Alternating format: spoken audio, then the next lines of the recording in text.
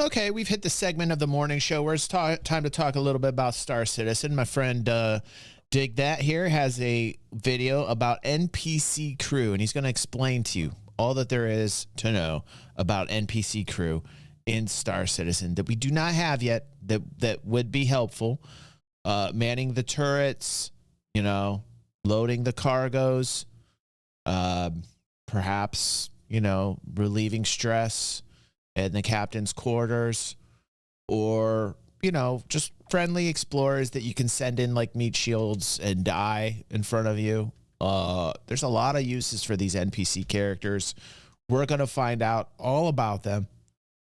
And Dig That is going to explain the nuances of every one of them, especially the NPCs that are in the captain's quarters. Now let's go. Hey, you. I've recently stated that folks are buying up giant ships that they'll never be able to crew up, like the Polaris. A lot of folks clinging to the hopes of soloing capital ships with an army of NPCs and AI blades performing all the duties, and others like myself saying that's not the game plan to the extent they're thinking. But folks on both sides are citing info that's been passed around and distorted with each retelling of it through these long years of development. So the question remains, what exactly is the game plan? So in the spirit of doing the due diligence on what you can expect your AI crew to be like, I gathered up all the crumbs and baked you an NPC crumb cake. So grab a glass of milk without molesting almonds for it, and let's take a ride through these space lanes to take a look at CIG's intentions for your AI crewmates. Like up now before everybody gets angry here, melts down, because obviously AI and NPC are nowhere near where they need to be, and by that we're talking a long stretch. Okay, what we're doing is we're going into the way future machine. And we're talking about, you know, when we get the AI and NPCs to be the way that we want them to be, okay? Some people cannot take this journey with us. I understand if you are one of those people, go ahead and change the channel. That's fine, because this is a 20-minute video. But I do promise this, that I will make every minute here entertaining as possible. That is my job. I am an enhancer, okay? I enhance. Don't react. Now let's keep going and let's listen to Dig That. Sub up and ring up like a boss.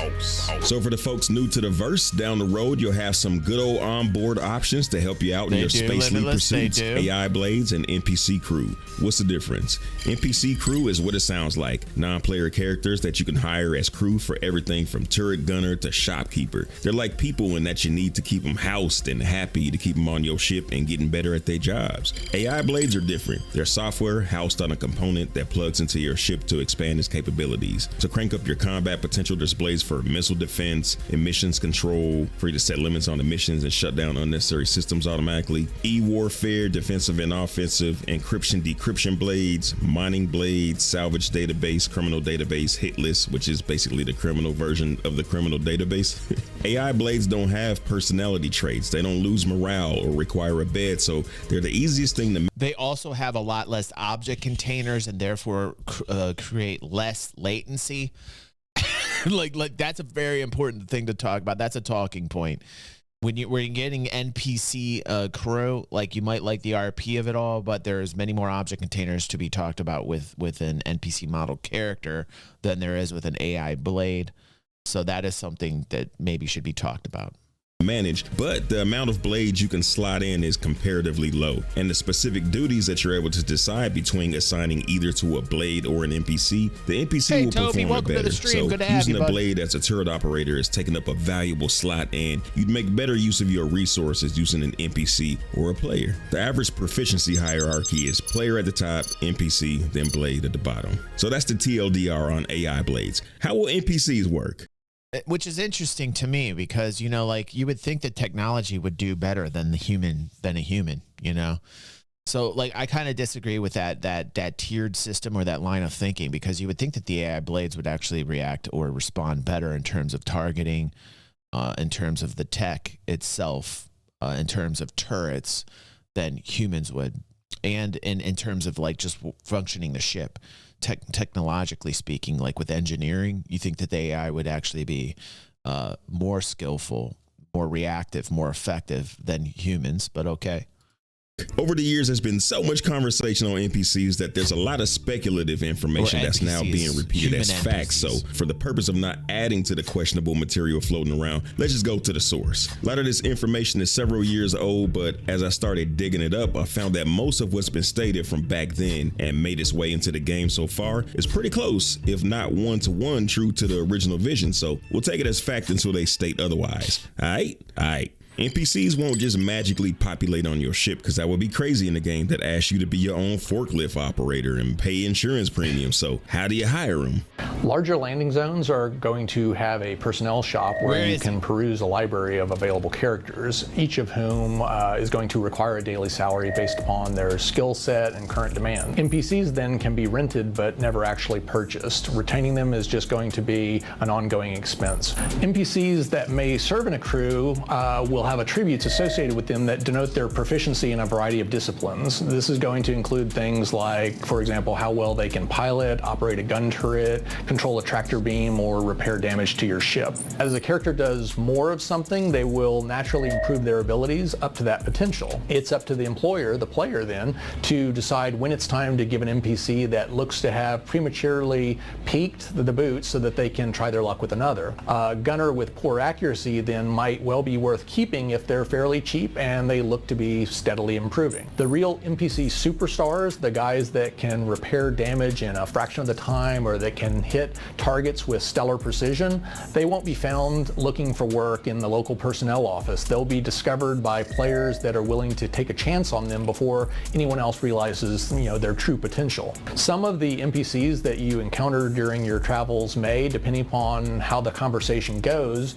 offer their services to you. This method of recruitment will be considerably more time-consuming than flipping pages at the local personnel office, but oftentimes it's also going to be where you're more likely to find a bargain or a multidiscipline NPC or someone with a higher than average potential to excel. Your mobiGlas will have an employment application that allows you to see how many characters you have working for you at that moment, what they're costing you, what jobs they're capable of doing, what you've currently got them assigned to do, and overall how they're performing. So you can go to the local personnel shop, peruse the available crew, and make a decision, but then out in the field you can randomly meet other NPCs that may be more competent than the ones in the unemployment line. Either way, they're not in it for the glory. They expect to be paid if you expect to keep them. So it'd be nice to have a janitorial NPC keeping your dishes stacked, but you ain't gonna be able to keep them on the payroll just doing local box runs. This is good, because it seems like there's been some leaning toward having new players being able to do everything that the veterans can. It's gonna take some time to build up a budget to support NPC employees. The question is, if you don't keep an eye on the employment app and you start running out of money, will you have a short time limit to raise the funds to rehire that really good medic, or will they not persist once the final day they were paid for is over? Also, what about crew members that get killed? Once you've sifted through the rubble and found an NPC with a lot of potential and also invested the time and money to allow them to really bloom, we want them to matter to you. As such, and given the difficulty and expense of replacing them, then we might allow the concept of ship insurance to be extended to cover senior officers of your. It is so hard to get to this point for me. Like, it is a quantum leap, pun intended. Sorry, it is a quantum leap to get to this point right now, because NPCs are just a mess. AI, a mess. I continually see them talk about AI and how it's, they've coded them better. And I've seen them work in an environment where they don't have to worry about the networking, and they react fairly well in that environment.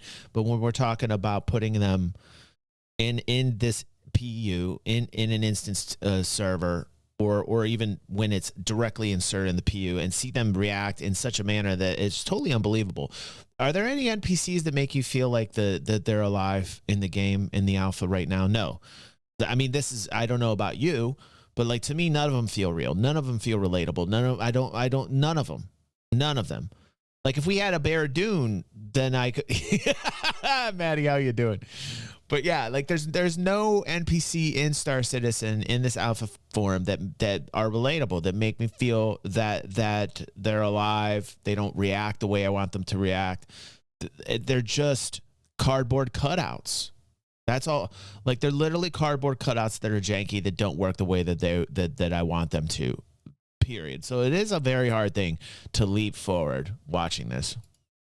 NPC Crew for an additional charge commensurate with their demonstrated capabilities. See, Rad, have a good day, bro. Now, if we just place life insurance policies on human crew that we don't trust, like Arnold Rothstein. All you old school backers will remember the good old character slot system. For you newer players, basically the plan is to be able to use your extra game packages to use as a custom NPC. You go through the character creator, customize how they look, and then they'll be AI controlled. And in the event your main character dies for good, that NPC can be designated as your successor, inheriting your assets, and you will continue the game as. And then we'll stand on a table.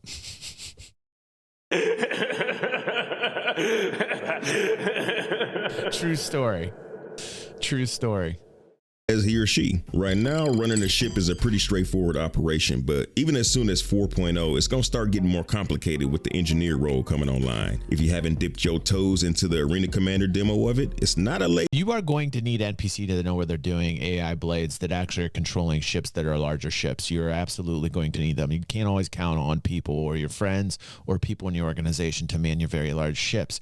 This is an essential part. This is an essential piece to making people happy that have bought ships that are over $500. I don't know if that fact truly has hit yet with Cloud Imperium. I would hope that they know this, that when you spend over a certain amount on a larger ship, that if people don't get the gameplay that they're imagining out of that ship, and because of the enormity of the ship that they bought, if they can't have NPC Crew man this correctly or the AI blades man these correctly, they're going to have a huge problem. Because these ships aren't going to be able to be soloed. You have to rely on the NPC. You have to rely on these AI blades. If they don't work correctly, then people are going to have to rely on other people. And you know people hate that shit. you know how it goes. When you're a gamer and you have to rely on other gamers to have your good time that you want with the large $500 plus ship that you bought, that generally speaking, if there's nobody around and you need those people, then you're up shit's creek. And you're left holding this $500 plus ship and you're very upset. So like, I think on a level like Cloud Imperium gets it, but I don't think it's like hitting home. Parked forever. Right. Laid-back minigame, especially in combat. 3 engineers on the Hercules had their hands full under attack in this CIG demo. It was too late. It's a big deal. We died. Be kind of nice if everything was in beams. Anyway, NPCs will be a welcome addition to lighten the load for engineer work, but what else can they do? They can pilot, operate a gun turret, control a tractor beam, or repair damage to your ship. Cooks and janitors and security guards operating the scanners and weaponry on a ship, serving as onboard security of a designated. I mean, shopkeepers don't even react the way that they should right now. Like, if you can't get it at a fundamental basis, if you can't get NPC and AI to operate correctly on a fundamentally simple basis where a shopkeeper cannot react to you, like the AI from a shopkeeper NPC, we're talking about a static NPC AI coded ShopRite NPC shopkeeper. Like we are quantum leaps out getting there. And we're watching a video from Tony Z, what, 4 years ago, 5 years ago? This is why people get upset. Like this is why people are getting upset. Do I think that dynamic server meshing is like the end all of everything? And I think it's important. I think it's top tier, most important thing. Will it solve a lot of the glitches and the latency issues that you are experiencing while playing Star Citizen? Yes. Is it going to initially? No, it's going to be messy. And it's going to be months, if not a year of messiness when you get the implementation of dynamic server meshing. But eventually it'll smooth itself over. And then perhaps AI, the way it is coded, the way it's supposed to function, will happen in the instant. Because you're not going to have the glitching. You're not going to have the mess that you're experiencing, right? In terms of the movement, in terms of the animation of the NPC, but they're unresponsive. Like, for the most part, the NPC and the AI right now are not anywhere near where they need to be. And listening to what they could be from a video that's 4 or 5 years old, and then going out into the future, it's hard. It's hard to digest. I get it. But like, again, the reason why I'm being positive, the reason why I continue to cover Star Citizen, and the reason why overall, generally speaking, I'm not getting like irate and hitting chairs and getting super ticked off is because like there's no other developer out there that's trying this. There's no other developer out there that's actually doing this on this scale. So let them keep moving, let them keep working. But I sure as hell would love to see Tony Z. I sure as hell would love to see like an economic panel at CitizenCon this year.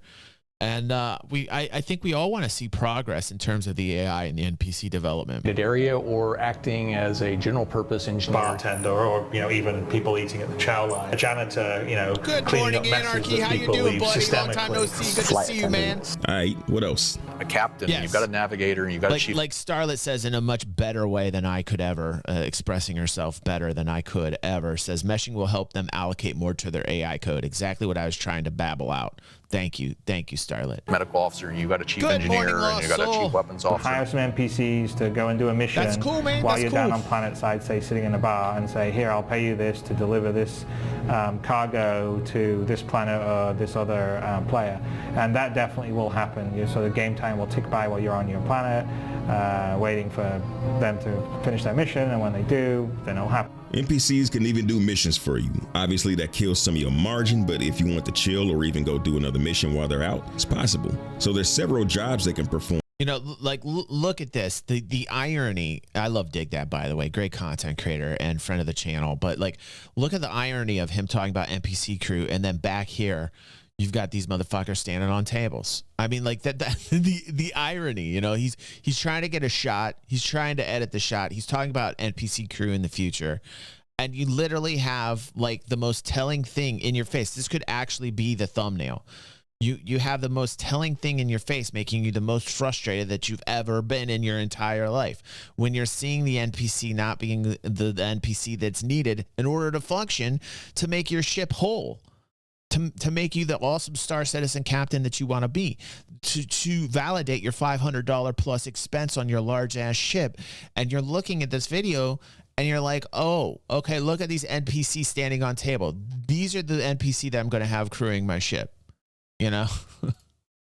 But most NPCs are effectively going to be specialists with a notable capability in really only a single area, although there will be some exceptions. A custom assignment activity that just can take whatever task you want them to do as custom as you want, and they will just do it. And then there are things that we want the activities to expose. It's like, I'm not an engineer, but if you ask me to repair something and you hire me, right, and I'm a janitor, I can try. Now, I might not be that good, I mean, a janitor, how about getting some janitor NPC that actually can throw all the bottles and trash away that you see around all the food court areas or the place in the spaceports where there's bottles of water everywhere and food everywhere? How about we start there with the NPC? Yes, you're not gonna hate me. Janitors. How about all the additional object containers that are happening right now and adding load to the system, the thousands of bottles out there? The thousands of water bottles and other drinks and, that are just laying around because you need them for the survival-based mechanics that, I don't want those to go. I love the survival-based mechanics. Keep that shit in there. We fought for that. That's cool. Now you got additional object containers just laying around everywhere. How about let's get NPC AI coding to throw those motherfucking bottles away? Can we do that? Can we get rid of some of the object containers instead of them standing on tables? Can we get them actually throwing some trash away? Can I see some runs? Can I see some support for that? I mean, would that be an easy test? Like, these are the things that I think are common sense. And this is the DG that you're getting in 2024. Like, everybody from 2022, 2023, I've been really super positive, and people been calling me like a white knight. Well, I've been very happy with the progress. And, I was very positive in 2022, 2023. People were saying, oh, he's just a white knight. All he says is like good things about Star Citizen. And, the funny thing, the irony is that in 2022 and 2023, most of the criticisms were so heavy and so naysayerish and so like nothing's happening, right?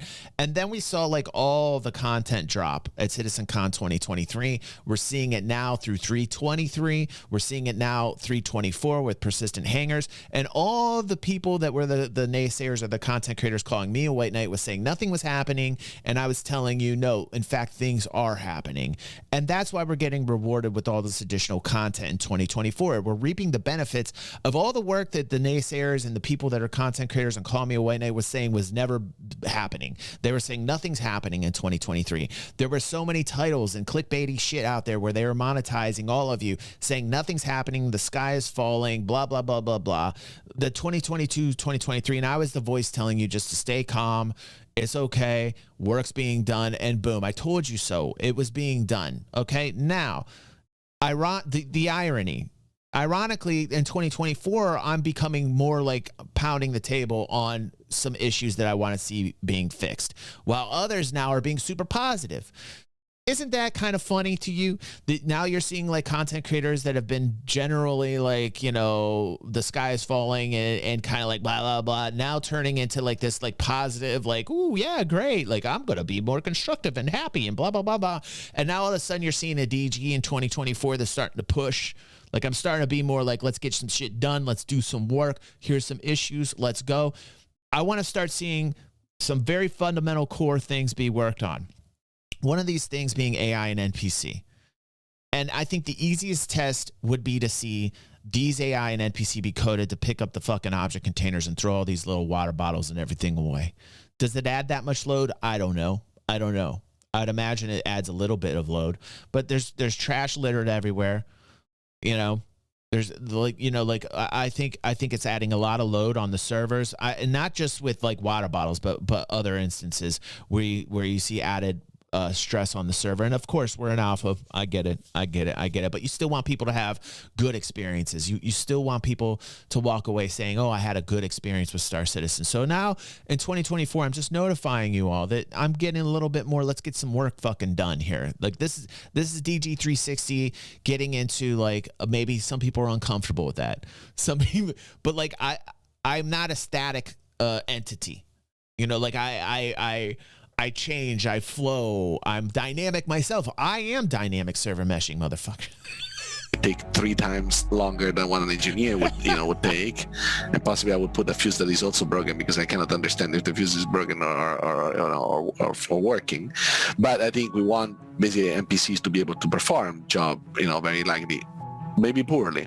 So don't expect your gunner to hop out the turret and start engineering like Geordie LaForge. It'll probably take a while to meet that jack of all trades NPC to give you some flexibility and allow you to shift your crew around to supplement areas where you're short-staffed. The objective won't be to just hire the most expensive crew though. There's some very easy things that Cloud Imperium could do right now. Again, I've talked about them till I'm blue in the face the past 3 weeks. Number one, to clear the amounts of traffics in certain areas, like let's develop the gameplay or the game mechanic of probing and long range scanning. Let's propagate missions farther out from heavy traffic, get people out there, very similar to how you're seeing these salvage missions propagate. When you're taking salvage missions, you're going out into like farther versions of space by roid belts. Not a lot of people out there. Number two, let's actually give rewards to people that are doing things and fix the mining mechanic in roid belts. Let's make those roid belts populated. Let's get people out there. Let's get people paid with those roids. Raise rewards on those, get people wanting to go out there to do these things. And then what you'll find is you'll bring pirates in, you'll bring people that want to, loot. Let's bring some mechanics into the roid belts. That's another way you can bring about dynamic gameplay. You don't always have to create like overdrive or Xenothreat to make a dynamic event. You can create pockets of dynamic events. It's exactly what EVE Online does. Back in the old days, just take examples from EVE Online. There's tons of fucking dynamic events, and you could have them all in Stanton with one system. You can have them all in Stanton with, let's get better response times on AI when laws are broken out in space. Like right now when you're fighting out in space right now with master modes, in terms of the NPC, they're like magnets. Like they're like magnets. They come right at you and they stick on you. And then, it's very strange, the experiences that I'm having. you know? And so like nothing feels juicy. Like I need it to feel juicier. You know, I need it to feel real, like more real. Rookie starting out that's not so good will obviously be much cheaper to hire than the veteran that's super badass at a bunch of stuff. But if you sort of start with someone that isn't as experienced, the more you take them into battles and stuff, they'll level up and they'll get better and more experienced. It's not just about a character skill level though. There's other factors at play that determine what they'll do in any given moment. So imagine like you have somebody who likes to, you know, procrastinate. You will have your engineer that goes around and just sometimes you find this smoking spot, you know, or I don't know, like some resting areas, and he just hides there and not doing his job. If somebody's coward, you know, and you just put him on, you know, and try to defend you, is gonna just be a coward pilot, right? So he might just give up defending you if things are bad. A show-off pilot would be more likely to do tricks, but his piloting skill would determine how actually useful those tricks are. So you might get a ship pilot. You see how that banana flies in space, that 300. you see, look, watch how this 300 flies in A show-off pilot would be more likely to Sorry. do tricks. Watch how these 300s fly in the atmosphere. But his piloting skill would determine. See that? Like I get it. It's kind of like an animated sequence, but like you see the resistances in the atmosphere. You currently don't have that with atmospheric flight. I want atmospheric flight to be more real. Number one, I want the atmospheric flight. I want to feel gravity more, right? I remember bitching about 2 or 3 years ago when I was flying an atmosphere that I didn't feel the jitters. I didn't feel like the gravity. I noticed that since I bitched, we got this like kind of shake thing that happens, right? Like this like thing that happens, but like I'm not even feeling that. Like I see the animation, right? I love the sounds. Like I love the sounds. But like I'm not like feeling the jarring effects of it. I need to feel the weight of the ship in atmosphere with the gravity. I need to feel like I'm flying in the atmosphere. You wanna fly around like we do in space, and you know, like that. The decoupled motion in space is great. The flight in space with the decoupled, like if you're not coupled, which you should never fly coupled, you should fly decoupled, by the way. And we're gonna watch a video about that later. But like, you should fly decoupled and give it a chance. If for some people that don't fly decoupled, trust me, just give it a chance. It feels a little awkward for people not used to it, but you definitely need to fly decoupled. In space, cool. Decoupled space flight, okay, I'm fine with that. Atmosphere,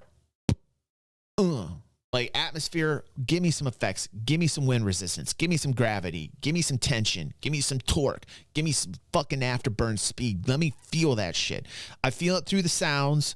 I'm not feeling it through the movement. I'm not feeling it through the movement in the atmosphere. And you can't just add an animation and shake the ship to make me feel it. Like it's a step in the right direction, but we need a little bit more, you know? How actually useful those tricks are. So you might get a ship pilot who just like really sluggishly rolls just for no good reason and actually yanks himself up. Just push C, Shep. Just push C to Walking the decouple. decks and observing your crew will be an essential task if you want to make sure your crew is performing well Watch a or video you need today. We got replacements. like a on the other informative hand, video some on folks that. might prefer the company of a crew of underachievers. I'm sure they'll be more interesting to watch and listen to. So will NPCs just show up for work and know exactly what they need to do? How will you direct their actions? We don't want to become sim citizen. In space, by the way, I get a lot of messages about coupled and decoupled flight. We got a video. Just hang in there, everyone. We got a video explaining it because I knew this was going to be a question, so I added a video later on. We're gonna give you a little instruction manual on coupled and decoupled flight. The only time I'm in coupled flight is when I'm like landing because of the jank. So like when I get close to the port and I get clearance from the station or wherever it is I'm landing, then I'll put it in coupled mode when I go closer to the docking port. That's the only time I really go coupled because of the amount of jank that is Star Citizen in terms of like the physics and the server stability. But other than that, I'm flying decoupled. Much of the time, you won't need to do anything other than hire an NPC and assign them to a ship. Listen, I love the feeling of decoupled when I'm landing. I love it, you know, like especially in space, I love it. But like I have had some jank happen to me where, like, you know, after like a 2-hour long spree and you know, like I got some very precious cargo where I've been decoupled, and I've learned that lesson too many times to fly in decoupled. But you know, I can do it. I love it. But generally speaking, like, there's a 1 in 10 chance something janky happens. I don't want to deal with that expense. You get what I'm saying? A doctor, for example, would spend most of their time in the ship's medical facilities, there's a couple people saying they have the opposite and automatically heal any injured crew members to the best of their ability. There are some positions, though, that will on occasion. Well, I'll tell you, lately, especially the past 2 or 3 weeks, I'm like leaving my hangar and like I black out and die. Have you guys had that happen to you? Like, I talked about this last night. I think there were a couple people that said it happened to them too. Like, I literally get up and I'm flying out and like it's like boom, and I black out and I like instantly die. Or like I'll be flying out and my ship just like explodes coming out of the hangar. It's like the craziest thing that's ever happened. I'm just like, oh my God. Require more frequent communication. A ship's pilot, for example, needs to know where you want to go, or whether you've decided that you want to break off from a particular encounter. Engineering efforts, on the other hand, they could be prioritized so that you're able to dictate what you want back online first: propulsion, shield, or weapons. Sim Citizen, probably be a Kotaku article in about 5 years. Anyway, does that mean they just sit at their station and work till they're no longer needed? Do they ever deviate from their orders? Basically, the AI that runs the NPCs will be the same AI that will run NPCs not working for you that you may encounter, you may fight, and of course those NPCs will have the, you know, we're going to have things like skill level, experience, sort of morale, whether they panic or not. And so you spend more money to hire like a hardened veteran. He probably is not going to freak out in the line of fire. Whereas if you have a rookie that was cheap, perhaps he'll run in the middle of a fight. So we'll definitely have. Aether says, he's like, all the problems you're mentioning, GG, I'm not experiencing any of it. It's kind of weird. Last few patches have been basically flawless for me. Yesterday, I had a 4-hour play experience, right? Let me show you what exactly happened to me. Like, it took me 3 hours of which to actually play the game. Like, that is the craziest thing, because I was having so many issues. It was ridiculous. I have it here somewhere. Where is it at? You guys are really super talkative. I love it in the Discord. You guys are here. Here I am. This was me the entire 3 hours dying over and over again to glitches and bugs. Here I am. By the way, you dig this? Like, I'm trying to get that soul patch effect on there, but like I was talking to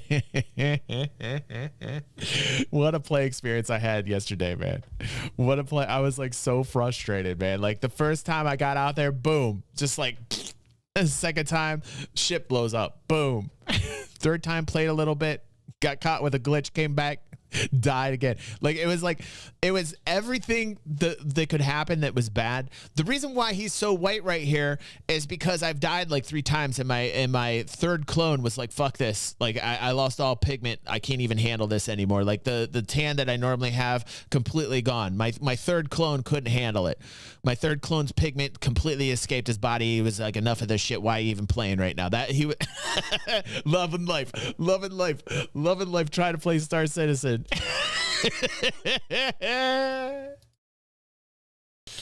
I think I put my experience down here somewhere. Yeah, I've been here I am. I've been playing Star Citizen for 3 hours. In the first hour, I got a 20,000 fine for nothing when landing at Tressler. Died twice due to blackouts for no reason. And then the last hour was me blowing up coming out of the new Babbage hangar.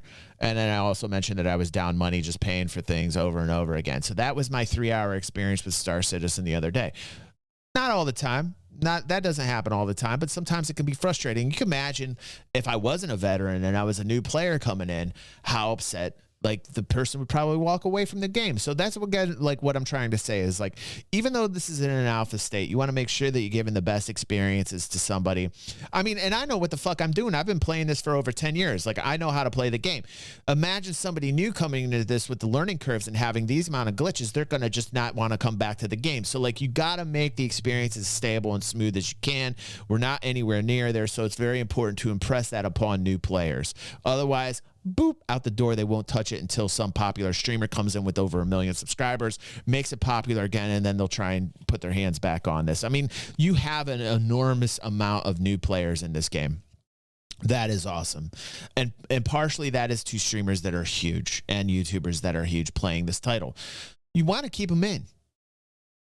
It's essential for more revenue. It's essential for the title. It's essential to give them better, more stable experiences. Let's get back to this. We're getting a little off topic though. Let's get back to the video. Some level of AI sort of personality stability affecting their actions, just like the non-working for you NPCs, because it's essentially going to be the same. Let's go. Same code base. And I think it's kind of cool that maybe you take people in as they get more experienced, they become more loyal to you, or they become even better fighters. And then if you go and hire NPCs from sort of like the work boards or whatever, then you pay a little more for a more hardened mercenary to be on your wing, or if you try to cut corners, perhaps you'll pay the price when you get attacked by pirates. I think because they have these traits, it'll probably prevent you from doing things like order them on a suicide run while you waiting a salvage ship to scoop up the remains, or give them a Harvey Weinstein special interview. Your rep as an employer may take a beating and make it tough for you to hire more, so they're not infinitely expendable. Digital beings need love and well-being too. There's 10 extra hubs, there's 10 shops. Each NPC needs somewhere to live on board, and we didn't want them taken away from the existing hubs that are on board the ship, because those are there for essentially the people that are flying their ships to the station and staying there. So the moral of that 2-sentence story is that you can't hire them. The thing is you do want to be able to hire NPC to sell, especially if you have a BMM, a Kraken, where you have shops in your ship. You're going to want to hire NPCs to sell your goods. You're not going to want to sit there and have to deal with that shit. You're going to want to have NPCs that are inside your ship that are able to sell goods so that your ship can make money while you're flying, or while you're doing something else, where people can have really good experiences boarding these ships, getting in there, buying things, and it's all automatic. And the NPCs have to work. The AI has to work. Otherwise, no go. I mean, it's not just like operating their ship in terms of engineering and gunnery.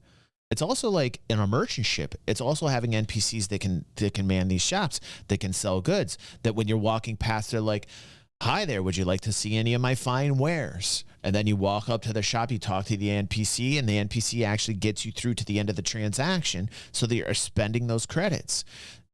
Like shopkeeping is like the basics of AI.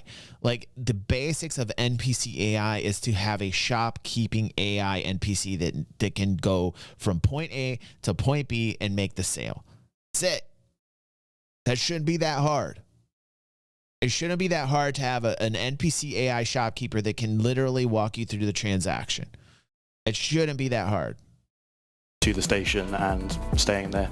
So the moral of that 2-sentence story is that you can't hire on more NPCs than you have beds for. I think it's pretty cool that they actually need to have a place to live on board. It makes them more than just background deco. You won't have to hand feed them spoonfuls of Marmite because they're probably not that British, but they do require time to take care of themselves and improve at their gig. Each NPC will have a schedule. They will have a schedule. Don't get angry. It's okay, Backspace. Don't get angry. Take a breath, bro. It's okay. Just really, if people start to get angry, this is my advice to people that get angry, that have pushed. Just take a breath, step back, realize this is an ongoing process. Realize that you're going to feel this way from time to time, but realize this one important fact.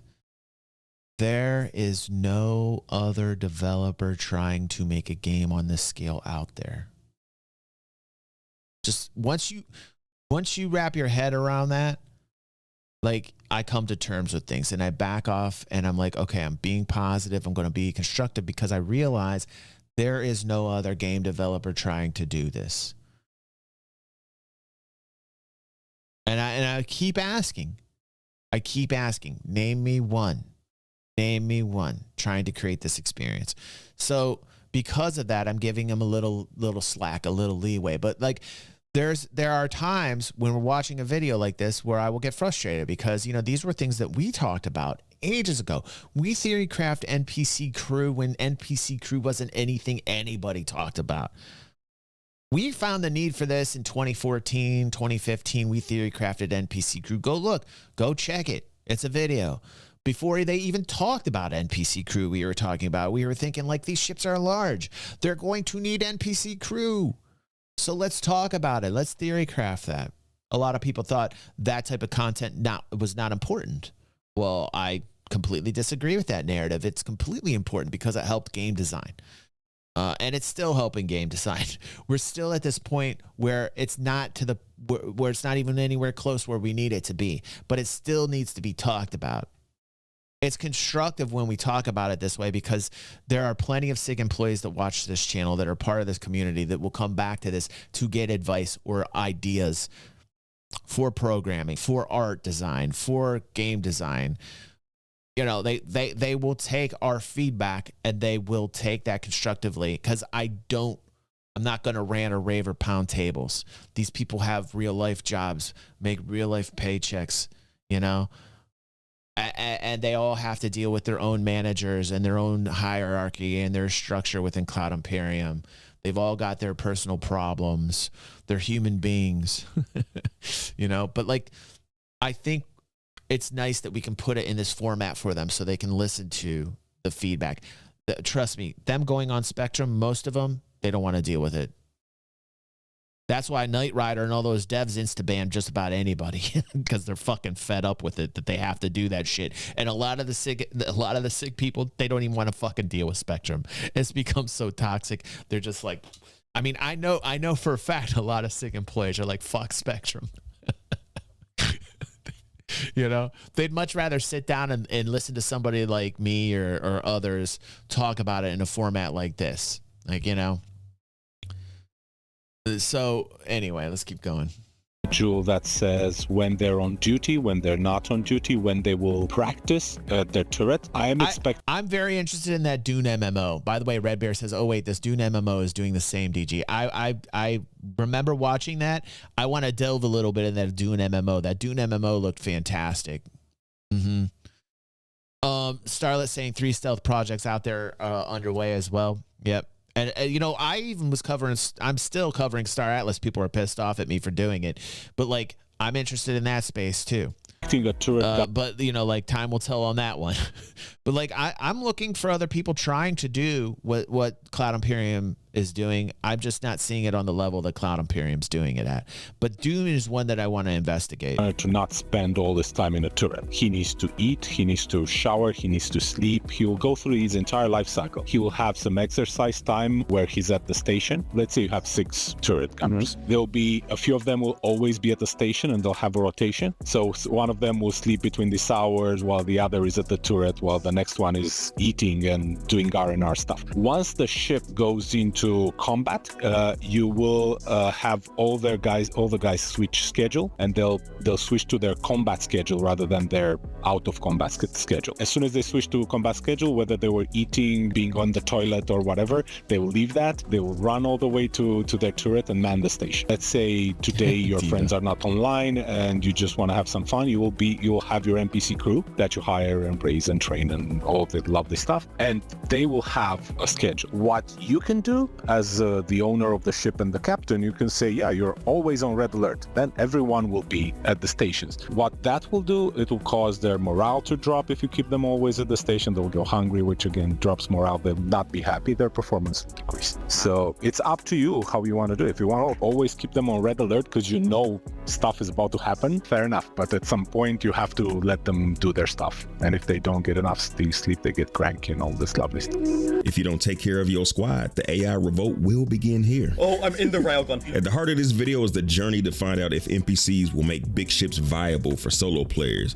That will be paradise for folks who only dig their own company, and a point of contention from those who put in the work to build and maintain. Well, okay, so this is the state of NPC in a larger ship right now. Okay, so let's this is from Gadu Badish's stream, which I love, a member of our community and friend of the channel, also friend of Voidy's, and him and Voidy play quite often together. Here's them in Xenothreat. Let's watch the NPC in its current environment. I know something. I'm in. Here he is boarding the Idris. Nice. Here he is boarding. Now, of course, these are enemy NPC, okay? So these aren't friendly NPC, but let's see how the enemy NPC respond and the AI react currently. Oh man, they're really swarming me. My guys want to switch guns. Turning Idris. That's good. Oh, shit. I'm about to go. Come forward. Come forward, you cunt. Boys, I don't have enough ammo for this. Yeah, I'm I'm picking up someone's gun. At this point, pretty much everyone was having their own solo adventure to get to the bridge of the Idris, and Fair had managed to round the terrapin into the hangar. However, not to much avail, as he ended up having to come in through a side airlock. As long as I don't know where you're on. I'm on a dock. I'm on. Nice. Nice, bro. Came through docking port. Then Voidy made his way in too, and teamed up with Nerve. At this point, we were all pushing for the bridge. Tier 2 chest. I'm pushing. Nice. Nerve behind you is clear. Yeah. Drop next. Nice. You loading? Okay, no, I got it. I just wanted to get a bit more ammo, it's okay. Down, okay. Open. Yeah, that's a little bit so many. Wait. Oh my god. Stay Where back. are you guys on bridge? Yeah. Bridge to the right. Bridge to the right. Oh, that's why I get confused. Yeah. Nice call, Nerve. You run up. Okay. Watch crossfire. Pushing up. I'm on the bridge. I'm on the bridge. Okay. I think that's it. So all starting from different positions. So what we're seeing there are server-based issues, obviously, because what's happening there is there's so many people at this event because it's a dynamic event, and you've got like everybody and their mother wanting to play this event, and they're getting in there, and the NPC or the AI are very janky because of the server, so it's nowhere near where we would need it to be. And obviously we talk about dynamic server meshing all the time, and will or should clear up those types of issues. But I by no means, even through that jank, see the NPC AI reacting to how I would want it to, like an enemy NPC AI. They're not reacting the way that I want them to, even through all that jank, right? Like you can't make heads or tails of what's going on right there. It doesn't, like all you're doing is you're worried about the latency. So you're getting in a corner, worried about whatever rounds are being thrown out there by the NPC AI, hoping that you don't get hit by a random bullet that's floating all over the goddamn place because the server's trying to figure out all the data that's going back and forth from all the people. And again, these are server-based issues, but like this is a layer that's affecting the actual AI itself, the coding, because it's having all these interactions. There's so much data there, it can't process it correctly. So it's just like, I mean, like, imagine, something where we get something where dynamic server meshing comes in and starts to stabilize things to where the AI coding actually can take and figure out what the fuck it's trying to do in a much calmer environment with friendly NPC, then okay, great. But like right now, these are the experiences that people are getting with NPC AI. And then you go to a planet or a moon, and you look at NPC AI and they're like standing on tables and stuff. So again, it's a stretch. It's a stretch right now to like go forward and imagine NPC Crew acting the way that they should. In a working group of players. To begin answering that, you gotta know how many NPC crew you can possibly have. Is there a limit? If so, then NPCs will only be supplementing your crew of you and whoever you can round up to serve on your ship. So, how many? There's no real limit. I love the shots like this, You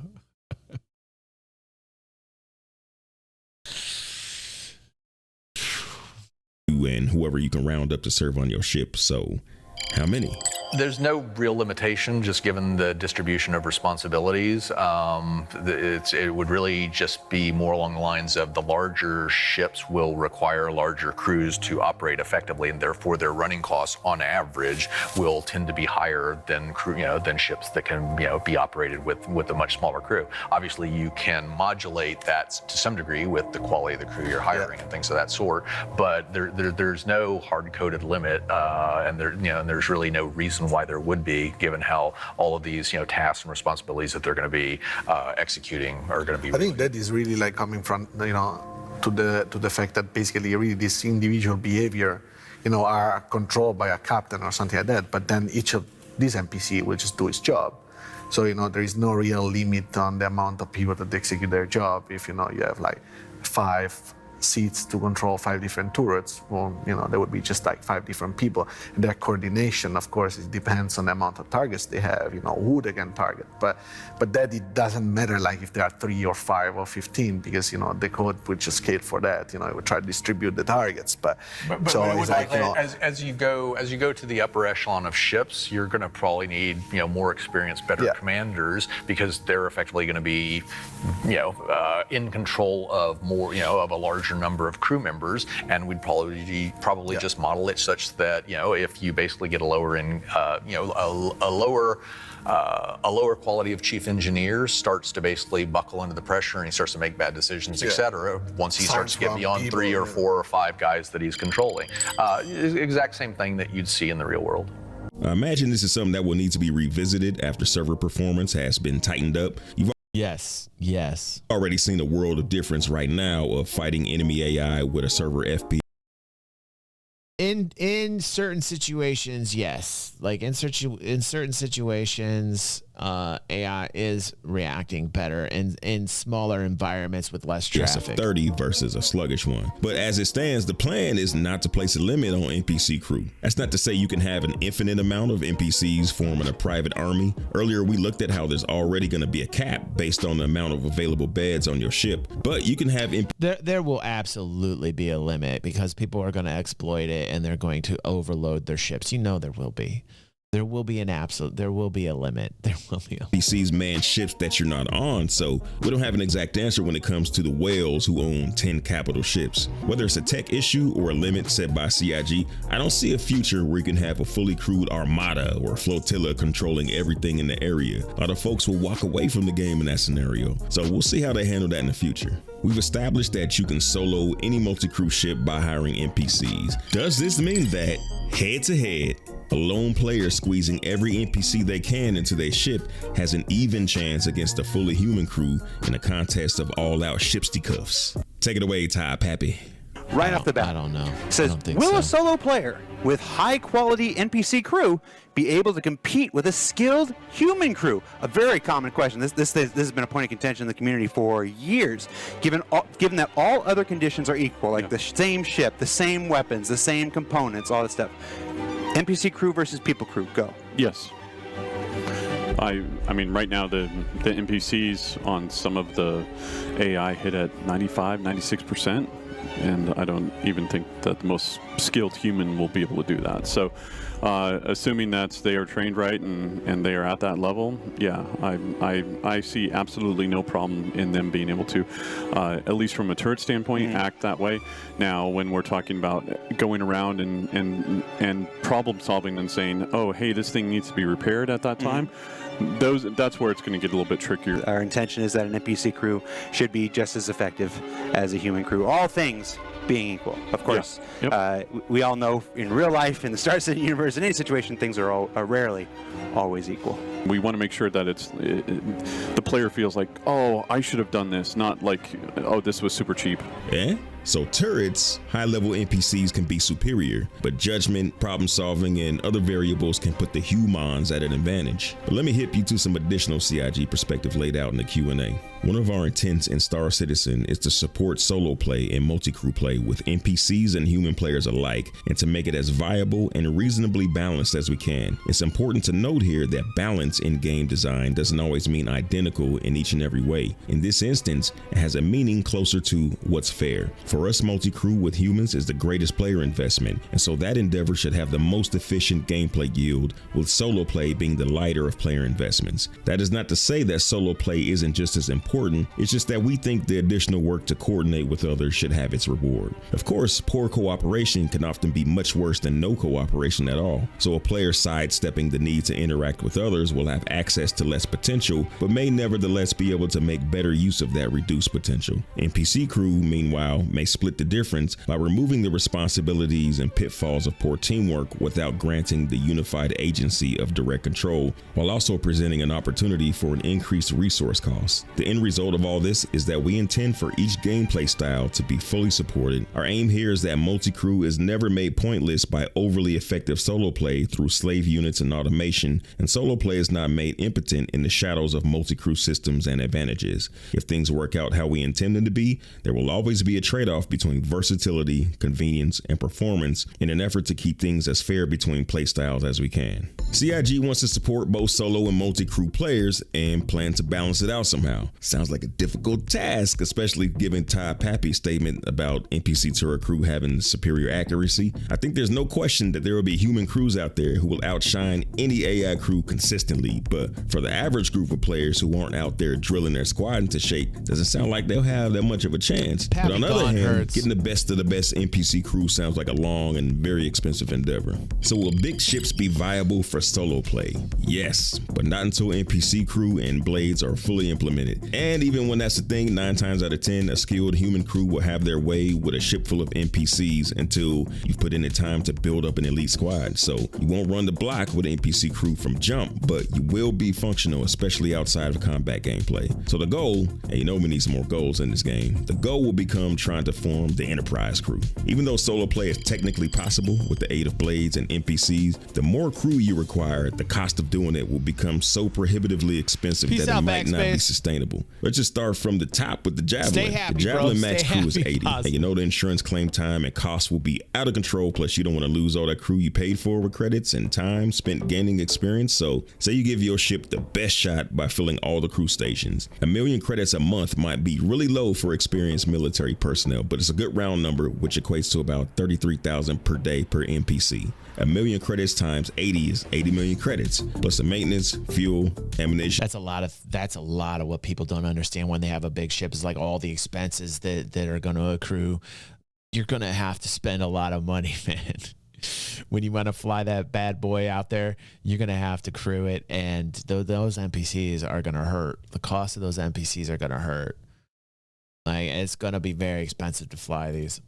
Restocking, docking fees, car washes by Van Duel and bikinis, etc. You could easily be in for 90 million plus a month just for the one ship. Since military ships and crews are more of a drain on an economy than a revenue generator, you'll need some other income to pay for your military ambitions. So now you're trading or hauling or doing some other profession while your military crew is draining your bank account, because firing them means starting over with new NPCs. So now you got another ship you're paying the wear and tear and cost to run so that you can pay the cost to run your Javelin, plus any other ships and crew you have in service and other assets like apartments or bases. You can maybe shift things around, like buying lower skilled NPCs for some jobs and only keeping the best to use for your other professions, but either way, it's going to be a full-time job. Yeah, we don't know the numbers, do we? A Polaris will be far less expensive to run than a Javelin, but it won't be cheap by any definition. Using those same numbers, you're looking at about 12 million a month for crew. It makes much more economic sense to share the cost of operating military ships with an org or a bunch of friends where everybody's pitching in with either money or cheap labor. After a few rides in my new hotness, my Javelin will mostly be mothballed, because I know plenty folks in my org will be trotting their giant ships out, and I could just pitch in with some teamwork to make the dream work. A lot of these larger ships are just going to be like organizationally owned, except with some of these whales that think that they're going to be able to solo fly these. Even with the NPC, they're going to have a hard time doing that. So, you know, most of these larger ships that are going to be effective on the battlefield are going to be more organizational controlled and player run, period. You know, that type of gameplay only becomes important when you have bases, land ownership, and actual real tangible value that one organization can take from the other or defend. You know, when that gameplay comes in here, those big ships will come into play and organizations will clash, and they will clash over assets, over wealth, and you know, based upon how you're going to go at it with other organizations that have land claims, all determined upon the security of the system that you're in, and if it's able to be vulnerable, or, you know, like some land claims, I think the way that it was thought out initially was that land claims in lawful space can't be touched.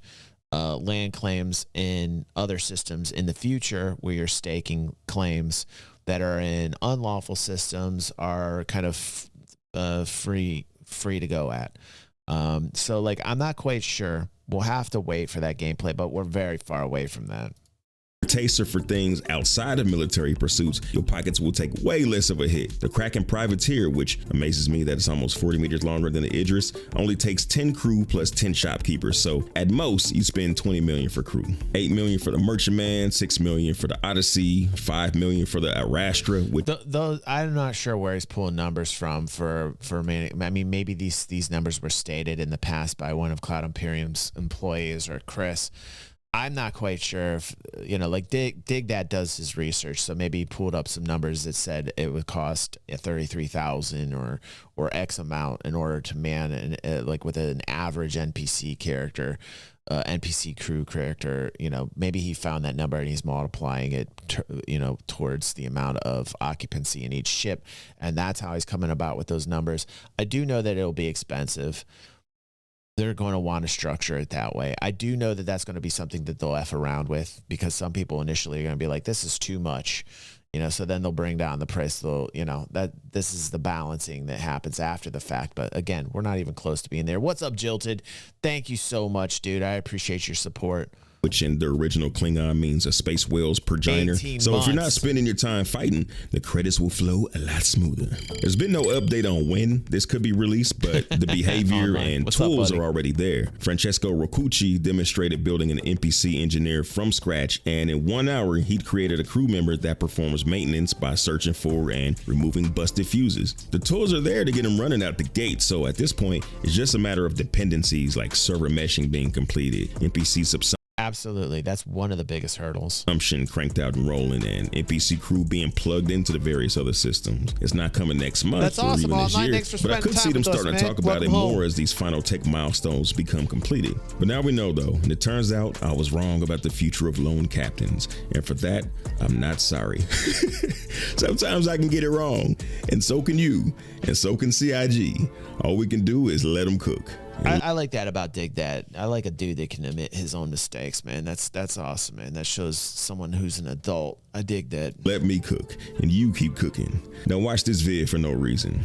Big candy-coated shout out to my executive producers, Patreons, YouTube members, and super chatters. I appreciate good effort, good editing as always. DigThat, friend of the channel. Keep doing what you're doing, man. Love the style, love the flair, love the info you're bringing here. What I don't love is that we're nowhere close to having NPC and AI acting the way that we want them to. And again, like as DigThat stated, we're gonna have to wait till we see some version of dynamic server mesh hit, and we get the stability that I've been screaming about for the past 2 years. So anyway, keep doing what you're doing, DigThat. Love you, bro. Can't wait for more, man.